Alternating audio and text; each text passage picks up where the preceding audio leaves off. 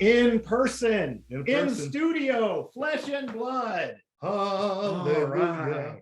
This is nice. I'm here. It's always good to be around you. Man, thank you, brother. Yeah. So I forgot my hoodies. I know. hoodie, man. Well, I gave blood. I got the juice box. What's up? Hey, Hey. poppin'. Where'd you come in from? Well, I didn't think you guys were doing anything. Oh, the podcast. The podcast, Ah. Come on, Yeah, man. man. I had all kinds of things to say about that too. Okay. Yeah. So you heard the sermon. Well, I mean, I tried to listen. Okay. So yeah. Wow. Okay. There we go. All right. Well, hey, yeah, episode 13, driving home, 937-404-1207. Hit us up. Hit There us you go. up. You guys been doing a great job, and we've been blessed by y'all's questions. So keep them coming. Man, blessed by the sermon, brother. Thank you for that. Thank Thanks. you for that. Thanks. We did have some questions come through. That's right. Um, Had a lot of questions come through. That was one particular question. That's right. Does this sermon generate the most questions you've ever Yeah. had on a Wednesday night? it interrupted our blessed life group. This It question did. It did. So I'll jump on that one first and we'll go from there. It's a legit question. So the question that was asked was basically saying, hey, why are we stopping in the middle of Romans 9 or 1 Corinthians 9? Why are we stopping in the middle of 1 Corinthians? When things are getting so good. And well, I don't know if they said that, but then why are we stopping 1 Corinthians just to go to Romans? Mhm. So let me unpack some things that are happening with that. First of all, this Sunday will be John Williams, and he'll be preaching. D Now technically is kind of wrapping up Saturday night, but he's going to go ahead and preach Sunday morning, following along with the same theme. Our students will be here, and they'll be able to hear that. I don't know. We might try and get John on the podcast next week, try and figure out something kind of like we did with Brandon before. No, hold on. John Williams, the composer? No. Oh, yeah. Hans Zimmer is the next week for Palm Sunday, but it's not that one either. Oh, It's a so whole. We've got Danielle. But we got our own. So. We got our own Marco. Everybody but Yeah. But it's not Marco B. It's Marco R. Oh, my But yeah, Oh. John's coming and going to preach, and we'll see what the podcast happens with that. But then after that, we got Palm Sunday and Resurrection Sunday.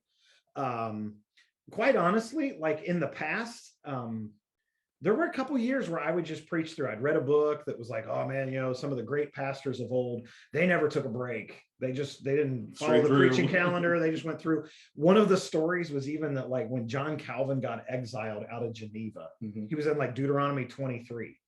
He's gone for 5 years. He comes back and says, open your Bibles to Deuteronomy 24. And away they went. And so I was like inspired. And so we did that for like. This is why there's a plurality of elders right here. This right here, that kind of logic. Yeah. Well, because Yeah, we did that for like 2 years, and we came through like Advent, and we didn't even acknowledge it was Christmas other than like, hey, Merry Christmas, y'all, peace out. And we left and we're like, dude, that felt like we're Jehovah's Witness. And like, maybe we should recognize the resurrection. So we'll do a 2-week series on that, Palm Sunday and Resurrection Sunday. That kind of tie in too. I mean, Palm Sunday, usually, because we bring that in, we'll have the Good Friday communion service. But Palm Sunday I think it even sets out this picture we see all the time in the scriptures. We see it with Advent. We talk about like Advent ties into like the Old Testament time when they were looking forward to the coming of Christ. And now we're living in a period where we're looking forward to the coming of Christ. Palm Sunday is like kind of tied in with the crucifixion. He's going in to be crucified. But then the next week we come back and celebrate the fact that he's resurrected. So we kind of follow that same pattern. So we're going to do that. Then we're going to do a 5-week series on our core values. Just kind of pressing back into what are our 5 core values? Where do they come from? Kind of in scripture of what we're aiming for. We've talked about this before. Like I've come out rejuvenated after COVID of like, I'm not a big vision statement guy. Like, we're going to come up with, 13 churches in 13 years. It's like, why not 15 and 13 or why not 10 and 10 or whatever? 2020 was the year everybody was talking vision because a little play on words with eyesight, right? And then this thing happens and it just wrecks everybody's vision. So it's like, you know what? Vision's probably not as critical as mission. And Jesus gave us our mission. That'll even be one of the core values we're going to talk about, but we plant, we nurture, we harvest. And then the core values. And with the core values, we're also going to address some core identities. What are specific things Jesus says is true about us because of the new birth? So we're going to do that. Then we'll go into Romans. And some people are like, dude, that A doesn't make any sense. So let me address a couple of things. One, I said it Sunday, the numbers in your chapters are not inspired. True. I would argue, I think you see more of a transition from 1 Corinthians 9:14 to 15 than you saw from the end of 1 Corinthians 8 to the beginning of 1 Corinthians 9. So I would argue that if you want to make that the chapter number, it probably makes more sense to put it right where we are. That's one reason why I don't mind stopping. Another reason is there's a little bit of a difference. When we go through Romans together as a church, we're doing that just in the summers. We're doing that when there aren't life group questions. It allows the preparation for the sermon to look a little different. This week, I go into it knowing every life group had read 1 Corinthians 9, 1 through 14. And even if verse 11 stuck out to me that I was like, man, that could be a whole sermon, I don't really have that option. We got to cover the whole thing. Or we talked about this with both of you guys. When you helped out and preached in 1 Corinthians 6, you could have preached both of the passages, or your passage could have fit in 1 Corinthians 7 with my passage. But because we've already laid out life group questions, it's like, well, figure it out, Kerns. You know, make it work. Make it fit. So we kind of run into that. That can be a little tricky. Romans doesn't do that because we don't have any life group questions with it. I genuinely am approaching it differently. To where I sit down Monday morning and kind of look and start crafting, and it could be up to Thursday before I really know exactly what we're preaching that Sunday. I'm ready for that break. Like there's a different way of thinking that's just hard. I love what we do with life groups, but it makes it a challenge. And so that will be a good break to make that just kind of changes the preaching style a little. The other one is like, I want to do more reading before we preach 1 Corinthians 11. Like there's some stuff there. And I would think, especially the life group that sent me rapid fire text, they could respect the fact that they want their pastor to handle faithfully, whether the women need to show up in head coverings or not, or the things that are going on. So man, I'm not gonna be around when you I wonder why Lori bought in bulk. This big box there you that go. showed up there. Actually, we're just going to take our masks and slide them up. It'll be fine. We get to reuse them. So that's what's happening with that. Okay. That's why we're making the shift. But that's one thing why I like the fact that we do expository preaching is the fact that, all right, we know this difficult passage is coming up. And whereas, you know, if you're just doing topical or you're just kind of hit and miss, then yeah, I'm going to do 1 Corinthians, this. No, that one's good. I'm going to jump over that one. We're going to jump right to whatever else, you know what I mean? Or we're just going to go on 2 Corinthians, you know? We don't do that. We're like, okay, well, all right, here we go. And then we're going to go in, we're going to dig into it, and we're going to talk about it. And yeah, I mean, it's only a limited 30, 45 minutes. So maybe I don't get quite to the level or you don't get quite to the depth, but at least we're talking about it. And if that's going to spur more conversation or, you know, podcast, you know, questions or answers, I mean, that is one of the things I value about that. Yeah. I'm greatly enjoying 1 Corinthians. Like I feel like I'm growing and being challenged by it. One of the things that's interesting about it is it's so culturally driven.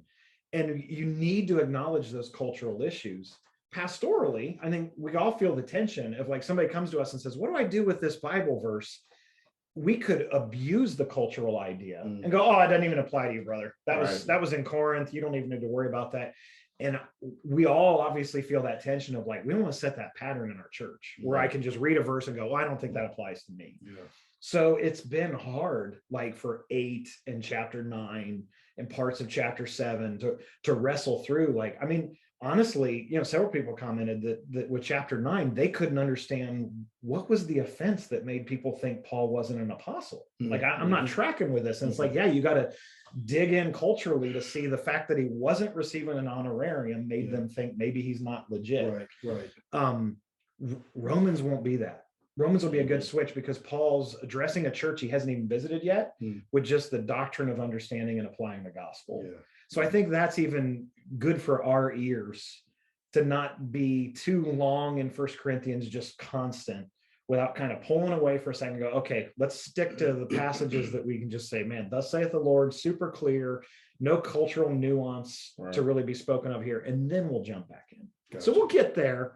And we'll allow you to wrestle in your life group with what you need to do with some of these passages. And then we'll, somebody said, and then you get done with that and you'll get to start talking about sign gifts, and you'll get, and it's like, we picked 1 Corinthians. So we'll see what happens, but it's been good. Okay.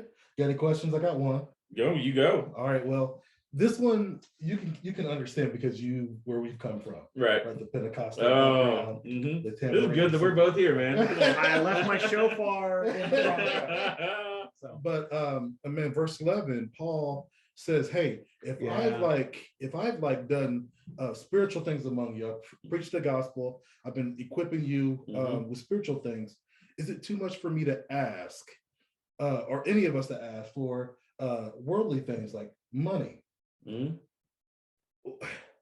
We have heard that abused. Oh, brother. Oh my gosh. Yeah, it is. I mean, they just take that and they just run with that. And God, are you saying God doesn't want you to prosper? Right. How can you say that? And it's like, but here's the thing, just like it's abused that way, then people then, in an effort to overcorrect, they say, well, God wants you to destitute. Jesus had no place to lay his hand. So, the fact you got home, I mean, that's already sketchy enough. Jesus didn't have a home. So there's extremes for each thing. But the prosperity gospel is just, it's definitely done damage because, they're obviously doing well, or they've got all this going on. And then, what about me? I don't have that. Well, that's a faith issue. Yeah, right. That feels wrong. And that's what I was going to ask. Like, what has some of the responses been? To people who see the pastor and the pastor's first lady, driving up in the new 2022 Wagoneer, and everybody else is struggling. When they read this verse, what would their reaction be towards even the hearing of tithing or offering? Well, I think that's we've talked a lot about pendulum swing, right? I felt the tension of in here right now, I'm the only guy on this podcast that's being cared for financially to be able to do the work of the ministry, right? You guys are both working hard, working multiple jobs, doing things to make it happen. So to get up in front of the church, it was a little bit awkward to preach, because I think I told you, it felt a little bit like if you're single and you're hearing 2 weeks ago, or a couple weeks ago in 1 Corinthians 7, and you're hearing this tension of if you're single, it's probably smarter to stay that way, considering the time that we're living in right now. You can do more for the Lord that way. I mean, if you want to get married, I'm not going to say you're wrong, but you'd probably be better off to be like me. If you're like Paul saying that, and kind of coming alongside and going, it's okay to be married. Paul wasn't putting down a law. In the same way, it feels a little bit pastors should be cared for and they should reap reward materially for what they're doing spiritually. But I can make tents, so I'm going to make tents to not be a stumbling block. And it's well, I could stock shelves in a grocery store, or I could weld, or I could do something. Am I taking the easy way out? So if anything, I almost feel the tension coming the one way, right? To have to, that it feels a little self-serving, but it's in the text. So I guess I would bounce the question back to you guys to say, where would you feel it's oh, that went beyond just addressing what Paul says of don't muzzle the ox and, care for their needs, to where it would cross into like you're saying, what prosperity, and not even prosperity. Cause but abusing the word. We know prosperity gospel where we're going with it, something very specific, but not asking necessarily for you to call out anybody specifically or do that in the past or anything, but was there a tension there? There were times you heard something and you're okay, that's more than just a call to care for the needs of the family. Right. That's beyond it. Exactly. Oh yeah, man. I mean, it especially when you didn't see the resources going towards the church, but more to check the hearts of your followers. To make sure they were in line, make sure they were doing what you're asked, to make sure they were on board with all your ideas. There was so much more going on. I just felt like it was just always to me, it always just came down to faith.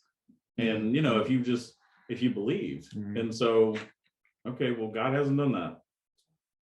But I believe not enough, or I got hidden sin, or, you know, throw any other thing out there. But like, I to me, like the thing I love about our church, and from day one when we first got here and we were getting to know you and like Bradshaw when he was here and stuff like that, is you guys knew the word, okay, and there was a humility about that, you know, like you didn't, and obviously coming from that Pentecostal background, I'm like, what do you mean? Why aren't you doing this? And why are you guys doing this here? You know, and some of those early fun conversations we had. But you know, there was never the sense of like, well, Jason, here's why you're an idiot, because clearly the word says this, you know, but it was just like having that conversation and coming alongside, versus to me back then, it was always a sense of like, you know, and like you got to hang with the pastor. Yeah, I got to hang with the pastor. You know what I mean? Like he came up, he said, Jason, he knows my name. You know, like like it's like and you felt obligated to oh, how could you not then? You know what I mean? And so it just now you're like, oh crud, Patty. Danny wants to know if we want to go out. Right, yeah. Like, are the kids sick? Oh, the kids are sick. Oh, that's too bad. You know? But quick, take a COVID test. Tell them that we're waiting for results. But you know, I mean, I think that's the unfortunate thing, is that it created this weird thing to where, like, you know, pastors are, you know, untouchable, or they're different, despite the fact they say they're not, or they tried to give this illusion or whatever. And I get it. When you are in a bigger church, to be fair, I mean, it is harder to know everybody and to spend time, whatever. I do understand that. That's not what I'm talking about, though. You know what I mean? Like, it was just definitely like this celebrity status and manipulation of your own people. Yeah. And the interesting thing is like you're saying, like it's messy because it's the heart. So you have on the far extreme, like some who have said, like we talked about, those who are even maybe our spiritual cousins, because we all came from the same bloodline family tree to get over here, that would say, yeah, you know, the best way to make sure a pastor's not in it for filthy lucre, who's not a lover of money, they just shouldn't be paid. Get a job somewhere else. And Paul's saying that doesn't fix the problem necessarily. And that there's a right to be able to do it. There's others, I know I've sat in not meetings here at Grace, but I've sat in other meetings where conversations are had of like, well, we don't want to pay the pastor too much because we want to keep him hungry and keep him humble. My experience as a kid, in business meetings we had as a church, is one time we had a youth pastor, he got married, and he came like for a summer with us. Then he went back to college to finish college, came home, got married, and brought his bride with him to our church, right? And suddenly they've got this Honda Accord, and people were like, how's he driving a nicer car than we are? Maybe we're paying him too much. And you find out her parents gave them their used car when they got married as a wedding gift. And yet people in our church were looking at it and going, I don't know if I'm comfortable with the youth pastor driving a nicer car than I drive. And see, I think that's then where it does swing back that other way, because let's be real. If Eric Fee decided to just gift you his Bronco because he felt like God just laid that on his heart. I thank God. Eric, if you watch this podcast for some reason, you need to heed the words of your brother. Consider it. The prophet is speaking out. But here's the unfortunate thing. If that were ever to happen or whatever, and he did that, and then people saw you drive this brand new Bronco, there would be those people be like, whoa, man, how's he able to afford that? What's that? I can't afford that. My car is like got rust on, everything like that. And I guess there's that thing, like if someone else in the church that you know was struggling all of a sudden came driving in with that, what would you be doing? Be like, oh, what happened? Did you get blessed? I mean, you know, I mean, that kind of thing. But when it's a man of God, and when it's a preacher, the pastor, whatever, it's like, they can't get it that way. And I think that's what Paul was saying. Like he could have demanded those things from the people, but he didn't want to be a hindrance. And I think that's the thing you got to read, is that hindrance thing can shift. I mean, we had years ago a person contact, a very dear person. They moved out of the area. They had a really nice house. It hadn't sold yet. They got a hold of us and were like, hey, we will take a bath on the house. You can buy the house from us for half of what we're looking to sell it for. Charity and I looked at our budget and we're like, that's still twice what we were looking at. Like, so first of all, I was trying to work around it. But second of all, it was like this incredible house that legitimately there's a question, not of like, oh, are we allowed to have nice stuff? But like, if we invited people over to our house and they didn't know the story of how we got it, Right. would they immediately assume like, dude, this guy's getting rich off of his church? Right. And you have to, those are hard to wrestle through, because you've got to wrestle through, is that a fear of man issue? Right. Is that a strategy of ministry issue? Is that just being prudent and wise? And that's where it's so nice to have plurality. Yeah. Because then you can sit down with other people and go, what do you think? Yeah. You know? Right. So on the hindrance thing, like I'm just trying to put some specificity to it. Like, what kind of hindrances would Paul think he would experience if he were to receive an income? Would people not be willing to listen to him? Would they not believe his apostleship? What do you guys think? What was he? Why? Yeah. Like what scenarios you think would come up from this? Yeah, I think, it could be both. In the sense of like, let's go a different one that maybe fits our culture a little bit better. Okay. Like, I don't know if that guy's fit to be a pastor because he doesn't have a degree in Bible. Okay. Oh. Now, can a degree in Bible be helpful? I didn't say anything about your wife's hair. You get a sore spot for me. Hey, this guy's only got a bachelor's in Bible. And there's multiple churches that the church I grew up in, when they were going through a pastoral transition and needed somebody, they were like, and I'm like, I read your document, you require an MDiv. I'm nowhere near that. I only have a bachelor's. So like, I'm with you guys. Do I think a master's degree would be beneficial for me? Time and more study and really digging? Yeah, I'd love it. Maybe that's that 1Corinthians 7 thing of like, not only do I love here and I don't want to leave here, but like my family doesn't want me to become a full-time student when 4 of them are looking at becoming full-time students, right? Hey, let's just make the whole family that way. Get Charity to get a master's too. Like, but like, would that be beneficial? It can have benefit to it. There's a reason why we kind of looked at it. Absolutely. Is it a requirement? No. Is it my authentication of my qualification in ministry? No. And so if I was to serve in if I was to serve in an area and the congregation was looking back and going, you're preaching what the word of God says, but we're not sure we have to listen to you because you don't have a bachelor's or you don't have a master's or whatever. I might be meeting their worldly need to go out and do it. To say, well, okay, then I will do it so that you can affirm I meet your criteria and then you'll listen to me. That maybe isn't progress. Right. Are they listening now?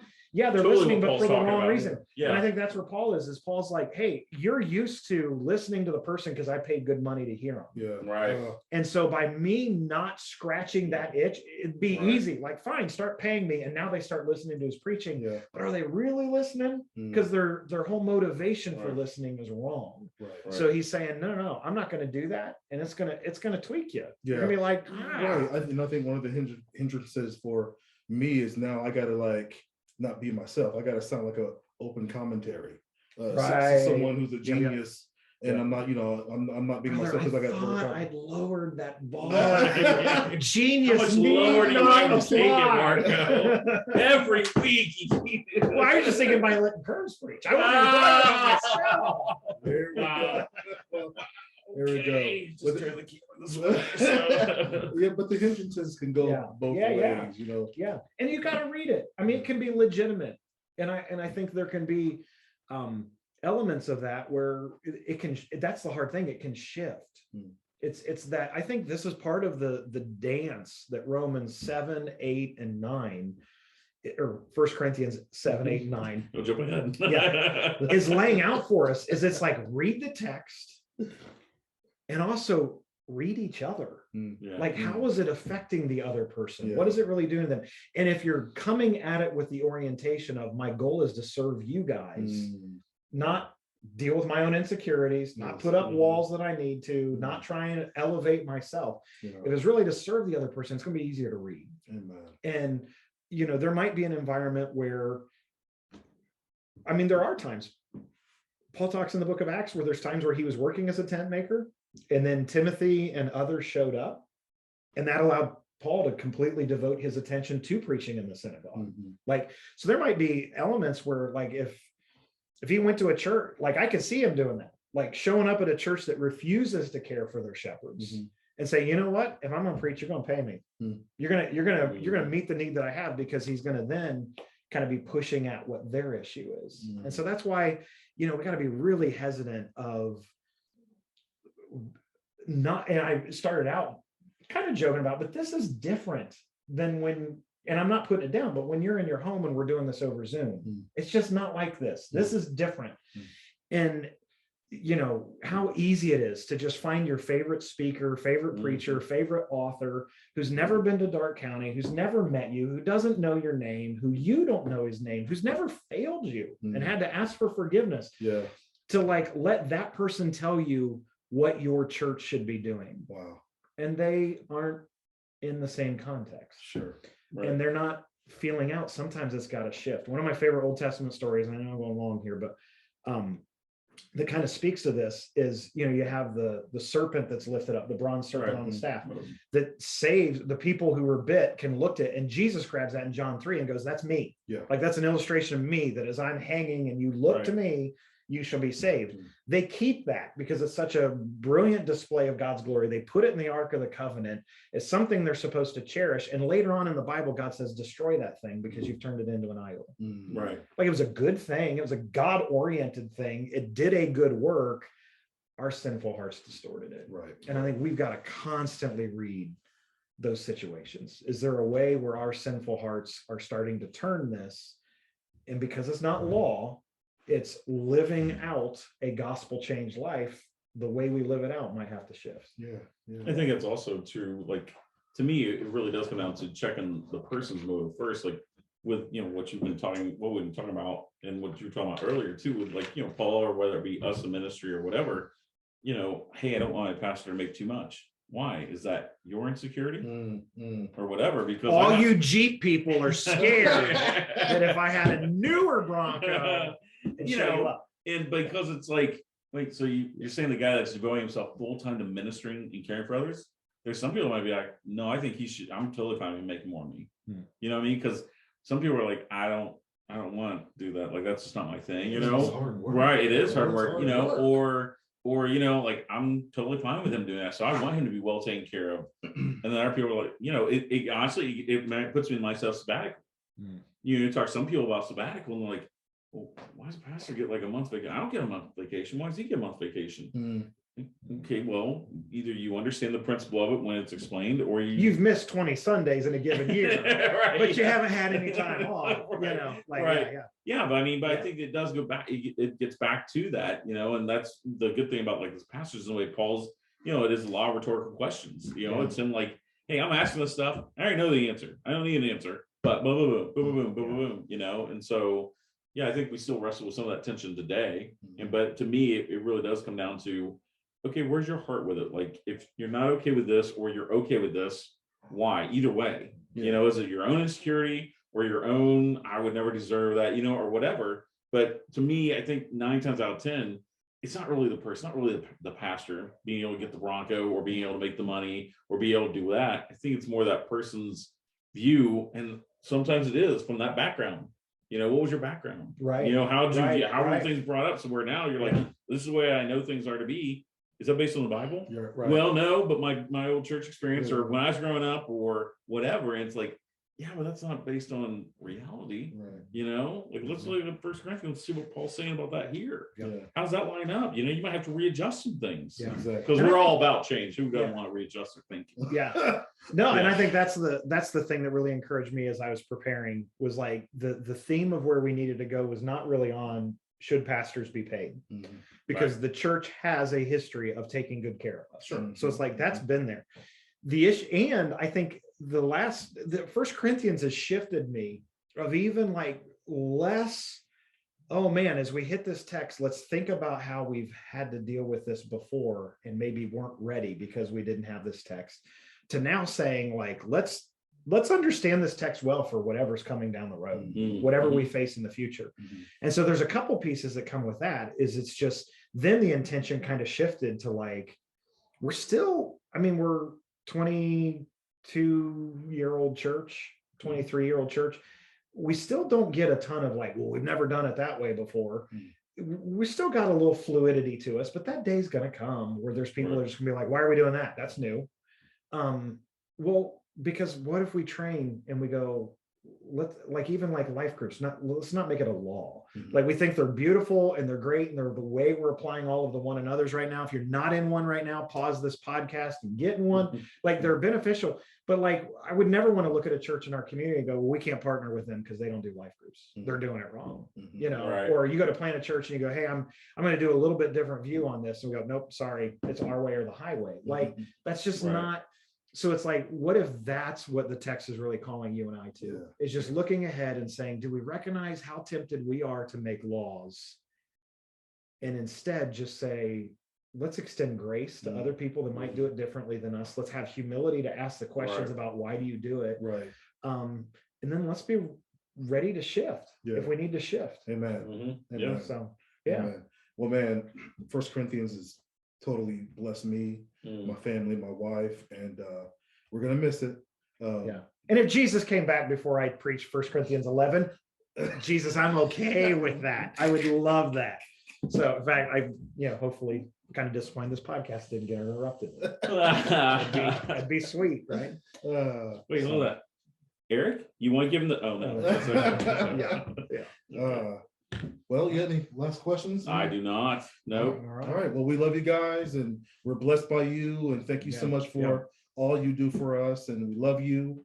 And just remember, Jesus has done all the work, so we're just driving it home. Wow.